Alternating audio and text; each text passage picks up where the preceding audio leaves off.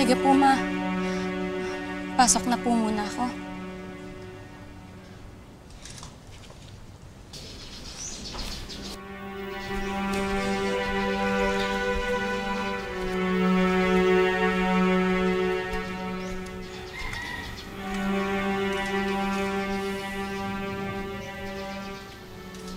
At least hindi ko siya pinababayaan.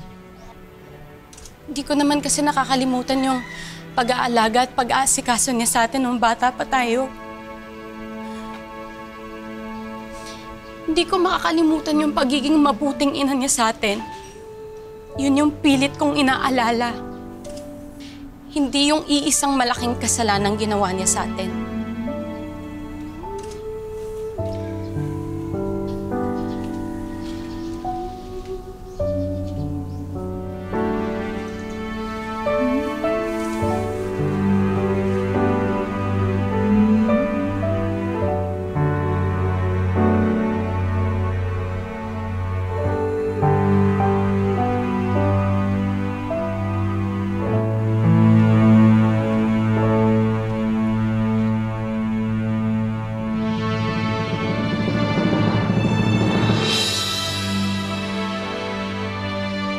Ito na, lagay natin sa bag nyo. Thank you, Dahan-dahan Mama. na. Baka maano, ay, baby ko. Ay, baby. Ready na ba kayo? Malalate na tayo. Halika na. Yes po, Papa. Halika na, dali, ayan. Bye-bye, mga babies ko. Bye po, Nay. Ingat ka, baby. Wala na sa Bye-bye. Ingat naman ito, akin.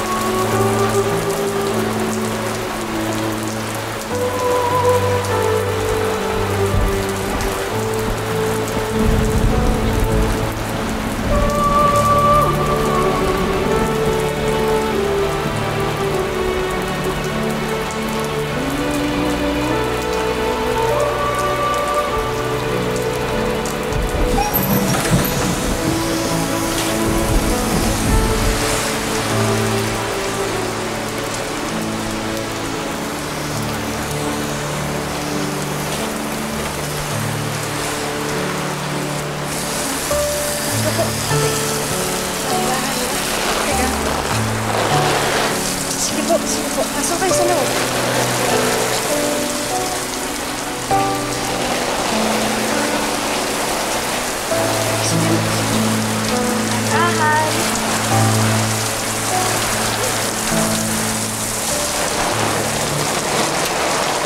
Lea! Lea! Pa! Ano, nasaan yung babae niya? Sino babae? Anong babae? Huwag kang magmaangan. Kaya pala hindi ka papasok, ano, para alagaan siya? Nakausap ko si Aling Peli. Sabi niya, pinapasok niyo daw yung babae niya dito. Ano, nasaan siya? Tinapong ko na yun, ilabas niyo siya! Bernard! Malakas kasi yung ulan kagabi. Pwede mo huwag kang makialam dito. Usapan namin mag-ama to. Ano, Lea? Ha? Andyan ba siya sa kwarto mo? Ilabas mo siya!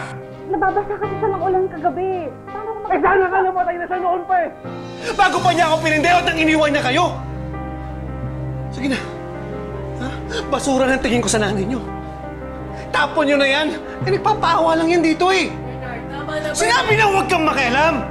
Aga-aga, Bernard! Sigaw ka ng sigaw! Ano? Aalis ang babaeng yan? O kayong magkakapatid ng lalaki sa pamamahay ko? Kaya ko kayong tiisin.